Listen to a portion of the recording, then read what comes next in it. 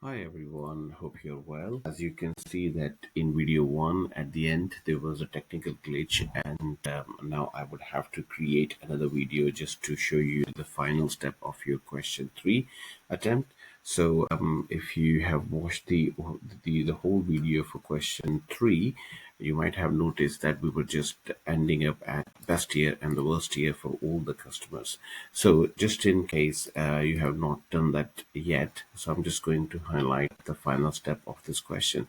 So what you need to do is you come back into your best year and then you press equal sign there. As you remember that all the formulas in Excel need to start with equal sign, and then you write MAX. I don't know whether for because of the anonymity purposes and security reasons you might not be able to see this formula, but it's very easy. So you need to write equal max and then bracket start, and then you have to highlight all the values of this particular customer from 2014 to 2016, and then you can see that the range defines within the max formula, and then you press bracket close and then you press enter. So you can see that the highest value, the best year value for the first customer is 12,876.48. So if you go back into this formula again, you just highlight the range and then you can press F4. So remember, I'm just going to increase the size of the screen so you know which formula we are using in here. So you double click into this one, you go into B5 and E5, you highlight it, and then you have to have F4. So you press F4, you can see the dollar signs appears in front of the column names as well as the cell reference number.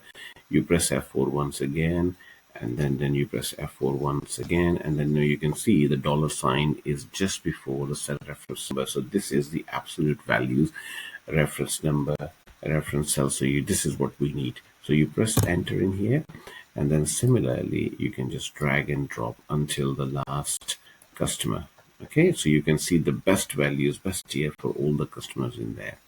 Similarly, when you go into the worst here, you can just write equal and then you can write min. Min is the minimum worst year, the minimum value having by each customer. So same formula applies in here. So you highlight from 2014 to 2017, and then you bracket close and then you press enter.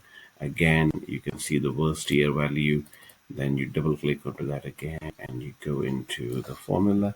Then you have F4 again. Remember guys, this is the F4, this is the absolute value. So there might be, it will appear three different types of dollar signs before the cell reference number. So this is one we need. So we need a dollar signs before B5 and dollar sign just before E5, and you press enter. This dollar sign actually defines the value is going to be absolute, so it's not going to change even if we copy and paste at a later stage. So you drag and drop, and now you can see that you have got the values of the best year and worst year for each of the customer. So now what I'm going to do is, just for the easy step, I'm just going to highlight and copy that into the same sheet. So I'm just going to copy and paste here just in case we don't lose the screen. Similarly, I'm going to highlight the best and the worst years. So you copy and paste and then you drag and drop in here, and then here we go. So this is something you have got the customer's best year and the worst years.